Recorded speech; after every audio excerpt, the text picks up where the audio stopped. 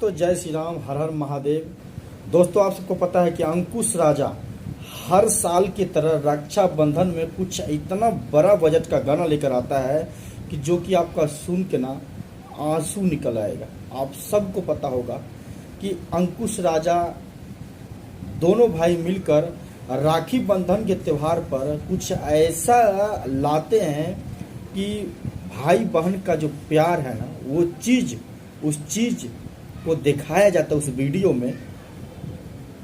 एक सबसे बड़ा विचित्र कहानी पर एक आज फिर से अंकुश राजा का गाना रिलीज हो चुका है। आप सब जरूर देखें और गाने का नाम है लक्ष्मी बहन।